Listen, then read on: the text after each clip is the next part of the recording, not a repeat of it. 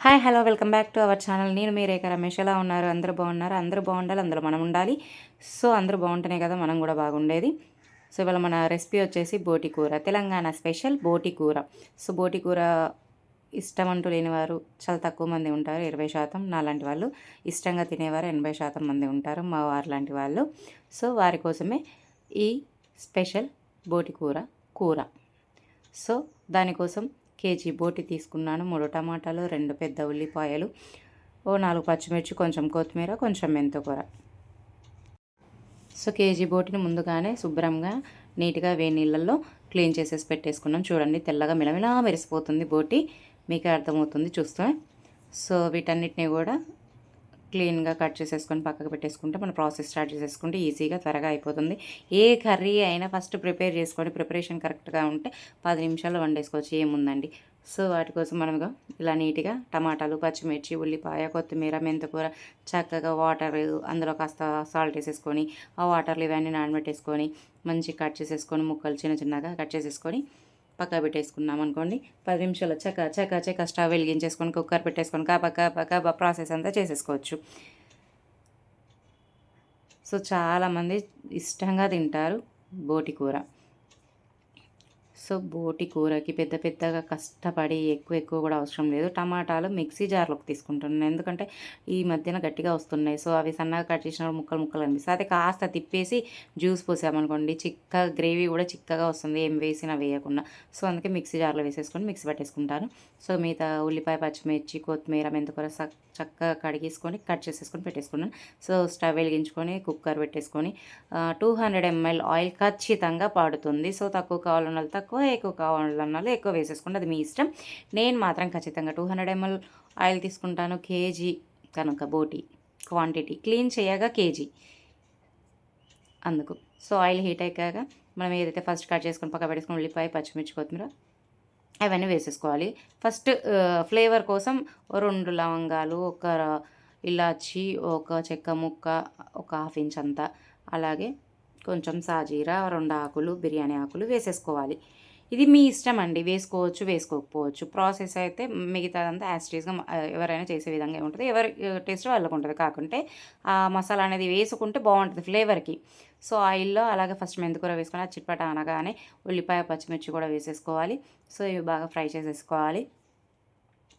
70% onions అనేవి fry అయిపోవాలి, ఎందుకంటే మెత్తపడిపోవాలి. సో అది కాస్త ఫ్రై అయ్యాక 2 చెంచాల అల్లం వెల్లుల్లి పేస్ట్ వేసేసుకున్నాను. కేజీ కదండి క్వాంటిటీ, సో దానికి తగ్గట్టుగా అల్లం వెల్లుల్లి పేస్ట్ వేసుకోవాలి. సో అది 2 స్పూన్లు అల్లం వెల్లుల్లి పేస్ట్, దాన్ని కాస్త పచ్చివాసన పోయేంత వరకు వేయించేసుకోవాలి. ఉల్లిపాయలు మగ్గాలి, అల్లం వెల్లుల్లి పేస్ట్ పచ్చివాసన పోవాలి.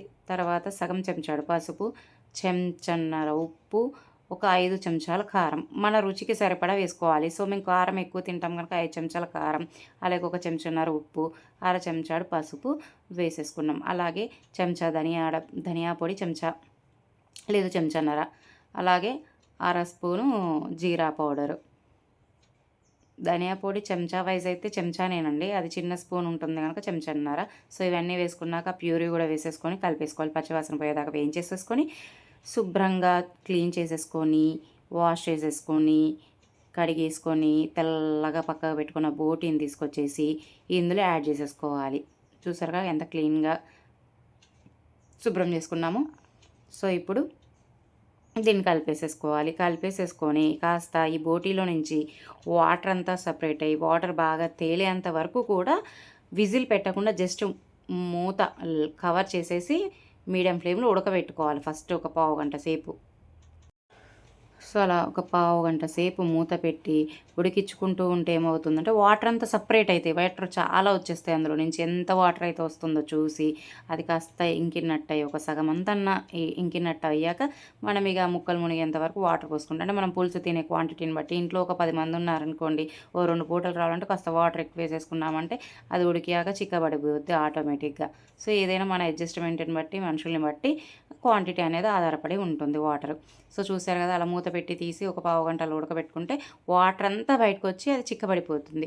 సో అప్పుడు మనం వాటర్ ఇలా పోసేసుకోవాలి. సో మా ఇంట్లో 6 తినేవాళ్ళు ఉన్నారు.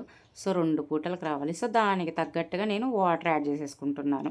సో ముక్క మునిగేంత వరకు అయితే ఎవ్వరికైనా ఖచ్చితంగా కావాల్సిందే. మినిమమ్ పులుసు లేకుండా అయితే కలుపుకోరు కదండీ. సో ఇన్ని వాటర్ పోసేసుకొని, అంటే హాఫ్ లీటర్ ఈజీగా పోసాను నేనైతే క్వాంటిటీ వైజ్. సో తర్వాత కొత్తిమీర కూడా వేసుకొని, కొంచెం ఉప్పు తక్కువ అనిపించింది అన్నారు టేస్ట్ చూపిస్తే. సో కొద్దిగా ఉప్పు కూడా అడ్జస్ట్ చేసేసుకొని ఇక కుక్కర్ మూత విజిల్ పెట్టేసుకోవడమే ఇక.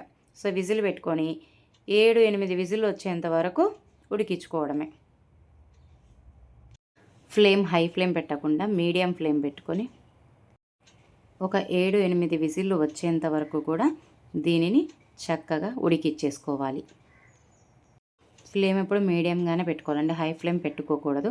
మీడియంలో పెట్టి కాస్త స్లోగా కుక్ అవుతాయి అంటే 7-8 విజిల్లకి 6 విజిల్లకు కూడా మెత్తగా అయిపోతుంది. పెద్ద పెద్ద ఫ్లేమ్ పెట్టేసి 10-15 విజిల్లు ఇచ్చినా తొందరగా ఉడకదు. సో అలా అనమాట. సో ఇదొక హాఫ్ అన్ అవర్లో అయిపోతుంది, పెద్ద కష్టమేం లేదు.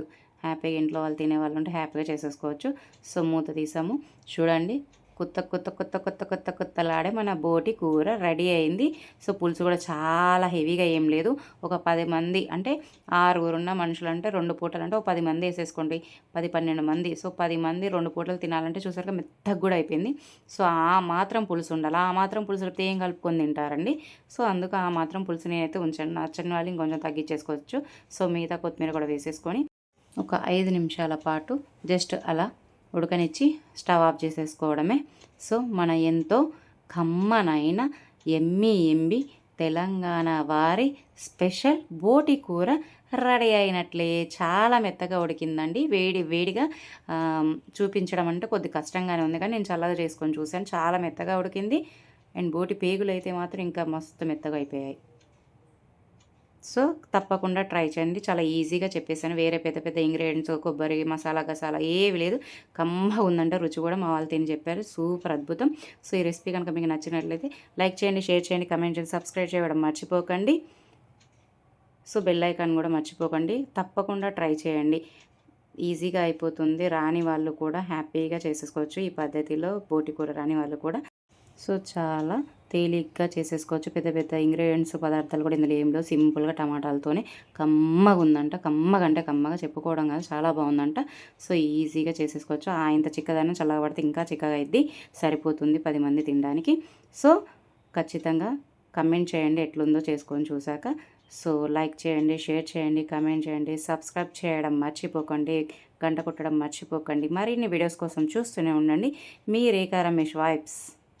ఓకేనా అండి? చూడండి కట్అవుట్ ఎంత బాగుందో.